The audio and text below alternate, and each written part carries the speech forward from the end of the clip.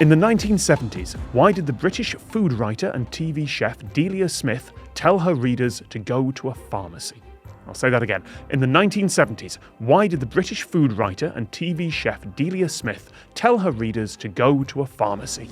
I had a thought, but it's definitely wrong. That's how this show works, Jordan. Go for it. Well, no, I was thinking of the whole, I don't know if this was, I guess, in the 70s, but the whole thing where, like, Lysol used to be a contraceptive, and then the FDA got in and was like, you definitely shouldn't be spraying that there, and then they moved it into the home cleaning aisle. Oh, wow. But that's not the pharmacy. So I have so many follow-up questions on that fact, Jordan. Yeah. Just sorry, it's an entirely separate podcast. What is Lysol? the spray, like, disinfecting stuff. Oh, okay. I mean, I knew they were advertising it for various body cleaning things, but I wasn't aware that it was contraceptive as well. Is it? Lysol, the all-purpose something cleaner.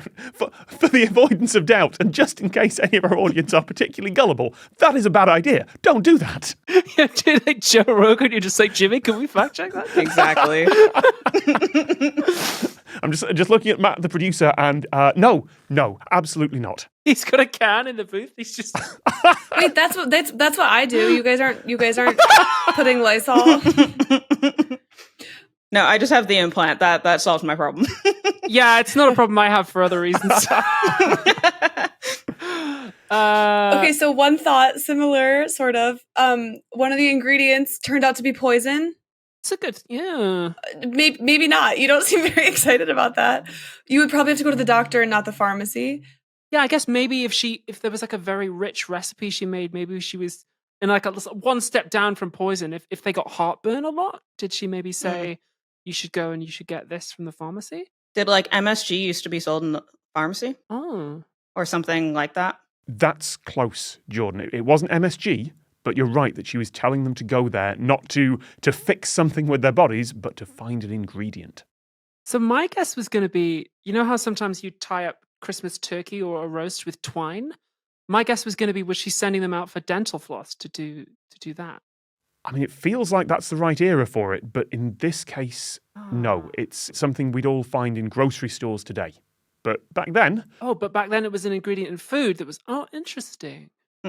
What else would be in the pharmacy? But it's like an ingredient for food specifically. Yeah. We're talking British cooking in the 1970s, which doesn't have a great reputation. But what kind of cuisine would be starting to become popular then? Not mushy peas. Socialism.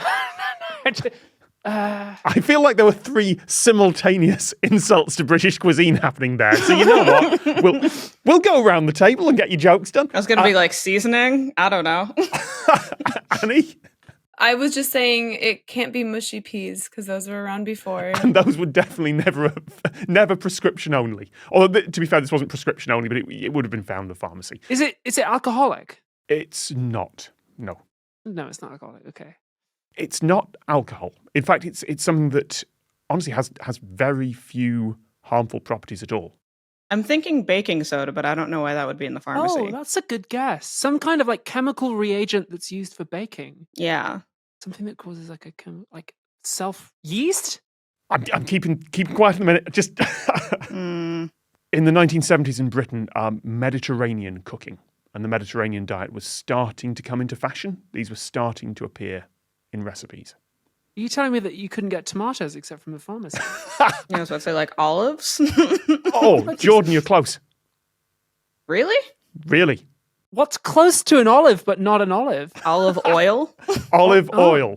Absolutely really? right. Yep. Why was olive oil in the pharmacy? It's actually a really useful contraceptive. No. Yeah, exactly. False. Misinformation. Please stop giving bad medical advice on this podcast. No, it's not a good contraceptive. It can be a good lube, I guess. You can cut that. That's not getting cut. It's also used for one other thing.